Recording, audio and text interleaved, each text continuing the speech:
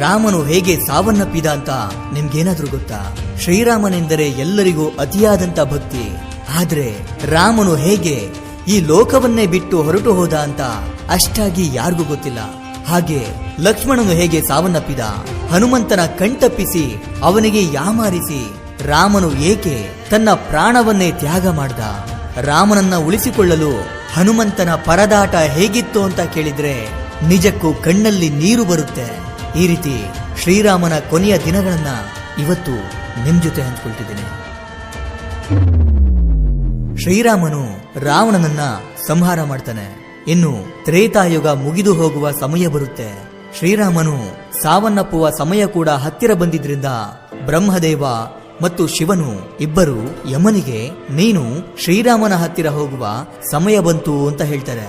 ಆದ್ರೆ ಯಮಧರ್ಮರಾಜ ಎಷ್ಟೇ ಪ್ರಯತ್ನ ಮಾಡಿದ್ರು ರಾಮನ ಹತ್ತಿರ ಹೋಗುವುದು ಹಾಗಿರ್ಲಿ, ಕನಿಷ್ಠ ಅವನ ರಾಜ್ಯಕ್ಕೂ ಕಾಲಿಡೋಕಾಗ್ಲಿಲ್ಲ. ಯಾಕಂದ್ರೆ ರಾಮನ ಭಕ್ತ ಹನುಮನು ಯಾವಾಗಲೂ ರಾಮನ ಜೊತೆಯಲ್ಲೇ ಇರುತ್ತಾ ರಾಮನಿಗೆ ಅದೇನೇ ಸಮಸ್ಯೆ ಬಂದ್ರು ಮೊದಲು ನನ್ನನ್ನ ದಾಟಿ ಅನಂತರ ರಾಮನ ಹತ್ತಿರ ಹೋಗ್ಬೇಕು ಅಂತ ಯಮನನ್ನ ತಡೆಯುತ್ತಿದ್ದ. ಇದರಿಂದ ಒಂದು ದಿನ ರಾತ್ರಿ ಶಿವನು ರಾಮನ ಕನಸಿನಲ್ಲಿ ಬಂದು, ನಿನ್ನ ಅವತಾರ ಕೊನೆಗೊಳ್ಳುವ ಸಮಯ ಬಂತು ರಾಮ, ಯಮನು ನಿನ್ನ ರಾಜ್ಯದ ಹೊರಗೆ ನಿನಗಾಗಿ ಎದುರು ನೋಡುತ್ತಿದ್ದಾನೆ. ಆದರೆ ನಿನ್ನ ಪ್ರಾಣಕ್ಕೆ ಹನುಮಂತನು ಅಡ್ಡಲಾಗಿ ನಿಂತಿದ್ದಾನೆ ಎಂದನು.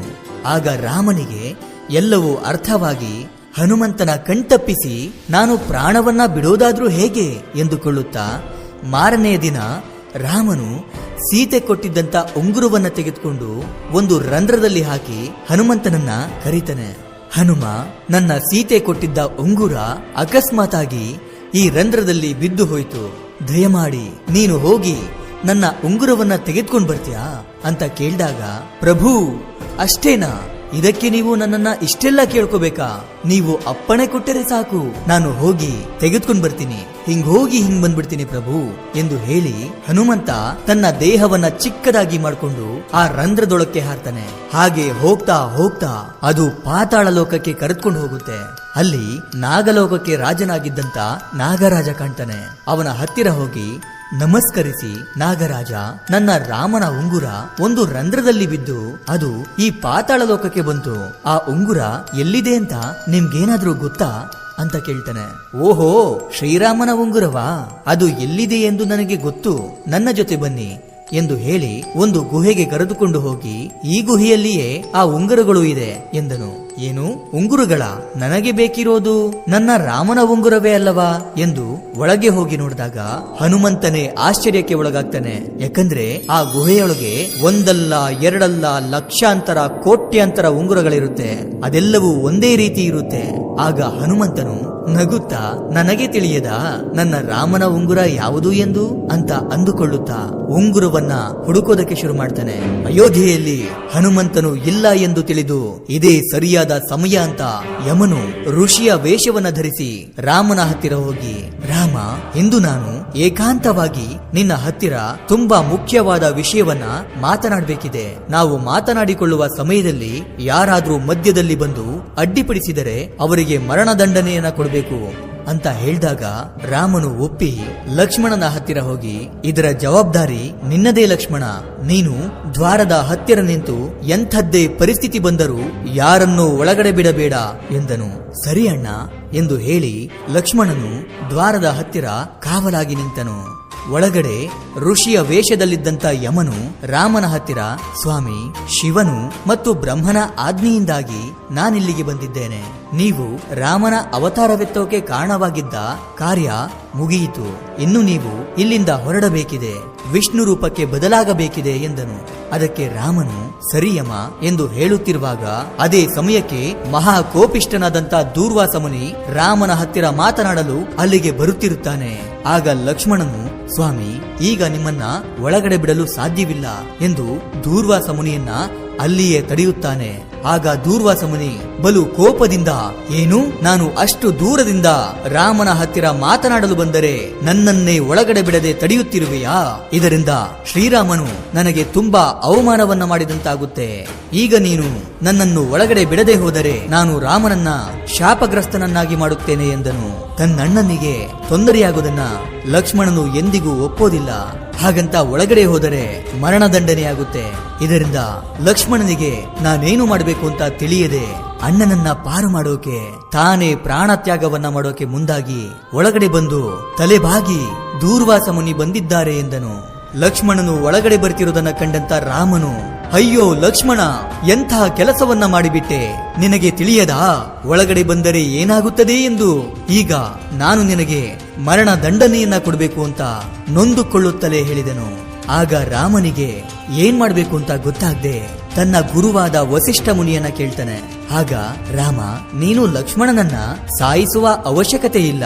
ಯಾವಾಗಲೂ ನಿನ್ನ ಪಕ್ಕದಲ್ಲೇ ಇರುವ ಲಕ್ಷ್ಮಣನು ನಿನ್ನಿಂದ ದೂರವಾದರೆ ಅದೇ ಅವನಿಗೆ ಮರಣಕ್ಕೆ ಸಮಾನ.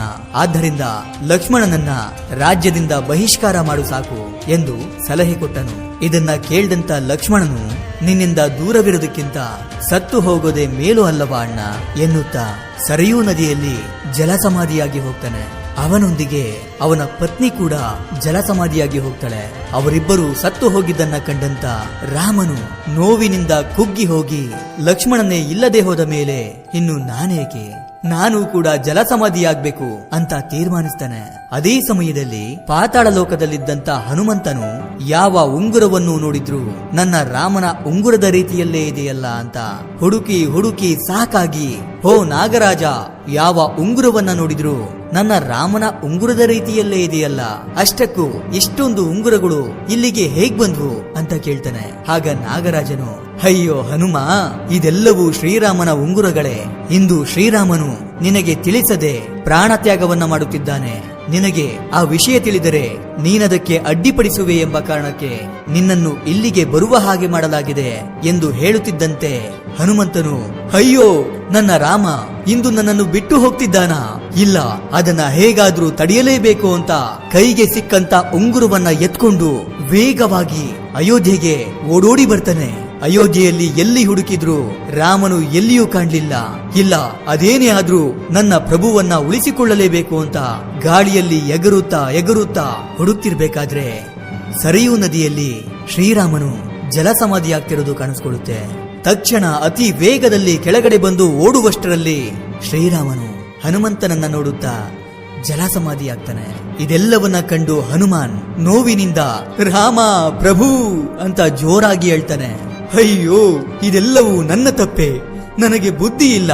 ಒಂದು ನಿಮಿಷದಲ್ಲಿ ಬರ್ತೀನಿ ಎಂದು ಹೇಳಿ ಹೋದವನು ಇಷ್ಟೊಂದು ಸಮಯ ವ್ಯರ್ಥ ಮಾಡಿಬಿಟ್ಟೆ. ನನ್ನಿಂದಲೇ ಇಂದು ನೀನು ನನ್ನಿಂದ ದೂರವಾಗ್ಬಿಟ್ಟಿಯಲ್ಲ ರಾಮ ಅಂತ ಕಣ್ಣೀರನ್ನ ಹಾಕಿರ್ಬೇಕಾದ್ರೆ ಹನುಮಂತನ ಆಕ್ರಂದನ ಮುಗಿಲು ಮುಟ್ಟುತ್ತೆ. ಆಗಾಗಲೇ ರಾಮನು ವಿಷ್ಣು ರೂಪವನ್ನ ಪಡ್ಕೊಂಡು ಹನುಮಂತನ ನೋವನ್ನ ಕಂಡು ಪ್ರತ್ಯಕ್ಷನಾಗಿ, ಹನುಮ, ಇದರಲ್ಲಿ ನಿನ್ನ ತಪ್ಪು ಯಾವುದೂ ಇಲ್ಲ. ನೀನು ಎಷ್ಟು ಪ್ರಯತ್ನಿಸಿದರೂ ನಡೆಯುವುದನ್ನ ತಡೆಯುವುದಕ್ಕೆ ಸಾಧ್ಯವಿಲ್ಲ ಅಂತ ಹೇಳ್ತಾನೆ. ಪ್ರಭು, ನಾನೂ ಕೂಡ ನಿಮ್ಮೊಂದಿಗಿರಲು ನಿಮ್ಮ ಜೊತೆಗೆ ಬರುತ್ತೇನೆ ಎಂದನು. ಆಗ, ಬೇಡ ಹನುಮ, ನಿನ್ನಂತ ಭಕ್ತನು ಈ ಭೂಮಿಯ ಮೇಲೆ ಇದ್ದು ಧರ್ಮದ ರಕ್ಷಣೆ ಮಾಡಬೇಕು. ನೀನು ಎಂದೆಂದಿಗೂ ಚಿರಂಜೀವಿಯಾಗಿರು ಎಂದನು. ಈ ರೀತಿಯಾಗಿತ್ತು ರಾಮನ ಕೊನೆಯ ದಿನಗಳು. ಶ್ರೀರಾಮ ಮತ್ತು ಹನುಮಂತನ ಬಾಂಧವ್ಯವನ್ನ ಕಂಡು ನಿಮ್ಗೇನನ್ನಿಸ್ತು ಅಂತ ಕಮೆಂಟ್ ಮಾಡಿ ತಿಳಿಸಿ. ಇದಿಷ್ಟು ಇವತ್ತಿನ ವಿಡಿಯೋ. ಈ ವಿಡಿಯೋ ನಿಮ್ಗೆ ಇಷ್ಟ ಆಗಿರುತ್ತೆ ಅನ್ಕೊಂಡು ಮತ್ತೊಂದು ಹೊಸ ವಿಷಯದೊಂದಿಗೆ ಮತ್ತೆ ಬರ್ತೀನಿ. ಕೊನೆಗೆ ನನ್ನ ಈ ಶ್ರಮಕ್ಕೆ ನಿಮ್ಮಿಂದ ಬಯಸೋದು ಕೇವಲ ಒಂದು ಮೆಚ್ಚುಗೆನ ಮಾತ್ರ. Anyway, thank you for watching.